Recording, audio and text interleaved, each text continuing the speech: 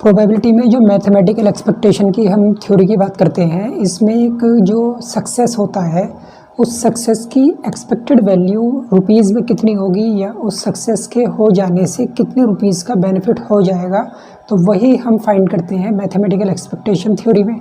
अब इस थ्योरी को अगर हम देखें तो इसमें जो इसकी वैल्यू बनती है वो बनती है E = P × M। यहाँ पे E का जो मतलब होता है वो होता है एक्सपेक्टेड वैल्यू,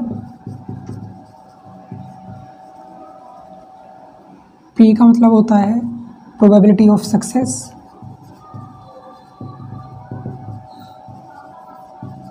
सक्सेस के चांसेस कितने हैं वो P से रिप्रेजेंट करते हैं, और M का मतलब होता है amount to be received success occurrence,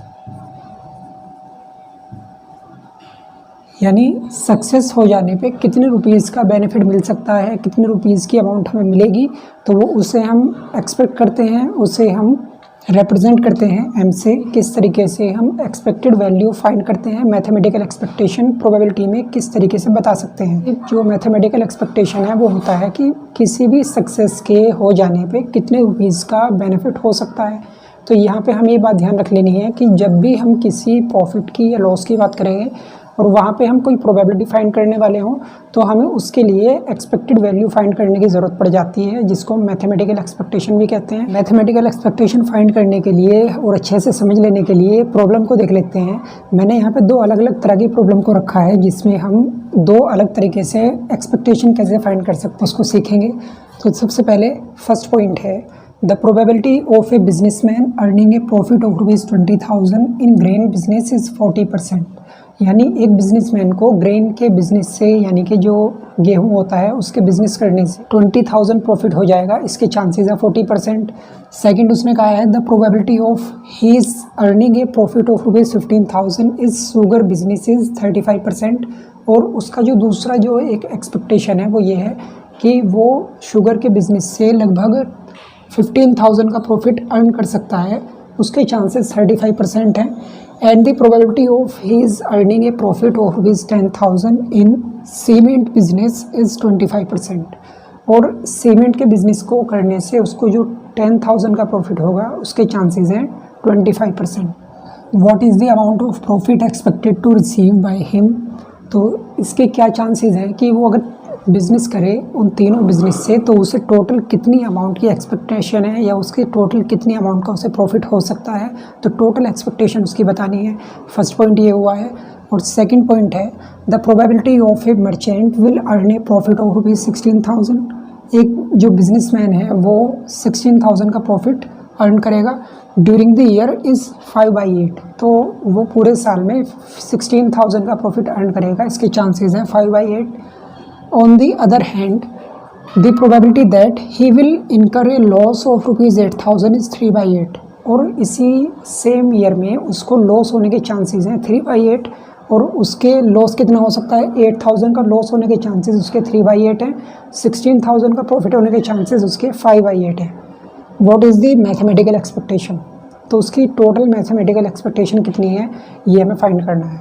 तो सबसे पहले जो ए पॉइंट है उसको देख लेते हैं। तो आंसर में सबसे पहले फर्स्ट पॉइंट की बात करेंगे, जिसमें उसने 3 अलग अलग बात बताई थी। तो यहाँ हम जब सोल्व करेंगे तो एक एक की अलग अलग एक्सपेक्टेशन फाइंड करेंगे। फर्स्ट पॉइंट में सबसे पहले उसने कहा है कि 20,000 का प्रॉफिट उसको ग्रेन बिजनेस से हो सकता है और 40% उसके चांस हैं। तो यहाँ पे लिखेंगे profit expected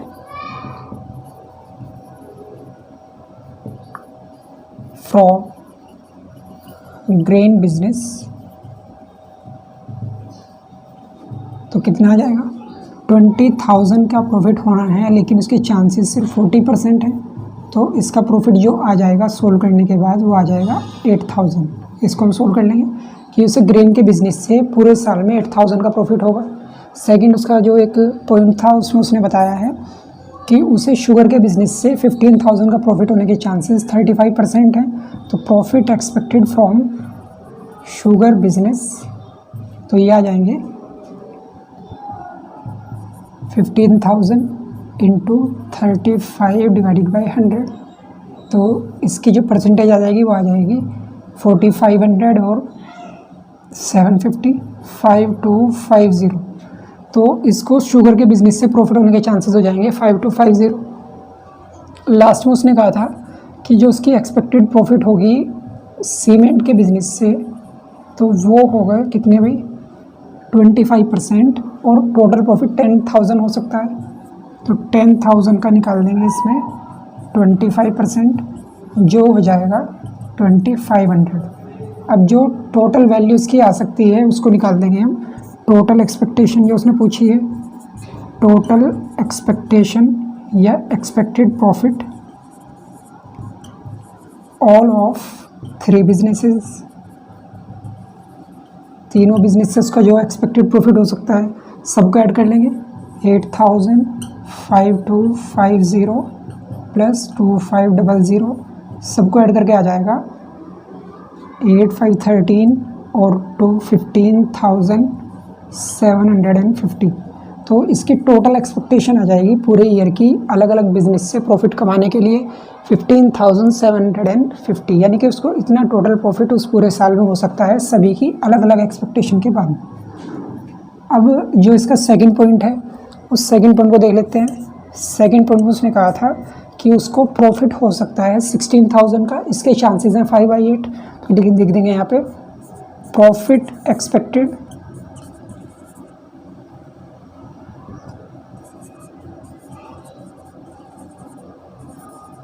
during the year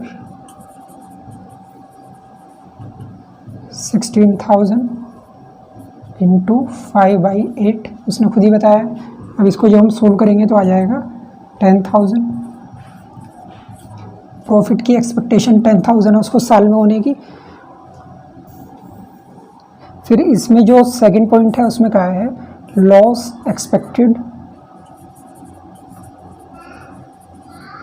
during the year, वो उसने कहा था कि 8,000 का लॉस हो सकता है और चांसेस हैं 3/8। तो 8,000 इंटू 3/8, तो वैल्यू आ जाएगी 8 से 8,000 कैंसिल होगा 1,000 टाइम्स, और 1,000 इंटू 3,000 आ जाएगा। और ये लॉस है तो इसको हम ब्रैकेट में कर देंगे और एक्सपेक्टेड प्रॉफिट निकाल देंगे। एक्सपेक्टेड प्रॉफिट टोटल आ जाएगा ईयर का 10,000 माइनस 3,000, 7,000 वैल्यू आ जाएगी। और यही इसका आंसर होगा फाइनली कि उसको पूरे साल में लगभग 7,000 रुपये का प्रॉफिट होगा। एक लॉस को हटा देने के बाद एक्सपेक्टेड प्रॉफिट नेट जो आएगा 7,000 आएगा। तो मैथमेटिकल एक्सपेक्टेशन में जो भी प्रॉब्लम्स आ सकती हैं डिफरेंट उसको हम ऐसे ही सोल्व करेंगे। और ये हमें ध्यान रखना होगा कि अगर वो हमको प्रॉफिट या रुपीज़ की बात कर रहा हो, यानी कि एक मैथमेटिकल एक्सपेक्टेशन को अप्लाई करने के लिए हमारे पास एक चांस ही होना चाहिए। एक हमारे पास ये बात ध्यान रखने वाली है कि हमको ये देखना है क्वेश्चन में उसने अमाउंट की बात की है नहीं की है, यानी कि रुपीज़ की बात वो कर रहा है या नहीं कर रहा है, यानी कि मॉनेटरी फॉर्म में उसने हमें कोई भी प्रोबेबिलिटी फाइंड करने को कह दिया हो तो वहीं पे हम मैथमेटिकल एक्सपेक्टेशन का ये फॉर्मूला अप्लाई करेंगे जो मैंने आपको बताया था। फॉर्मूला था expectation is equal to probability into expected rupees या एक्सपेक्टेड अमाउंट। तो E is equal to P into M, इसका फॉर्मूला मैं समझा भी चुका हूँ, बता भी चुका हूँ। तो इसी के अकॉर्डिंग हम किसी भी एक्सपेक्टेड वैल्यू को फाइंड कर सकते हैं।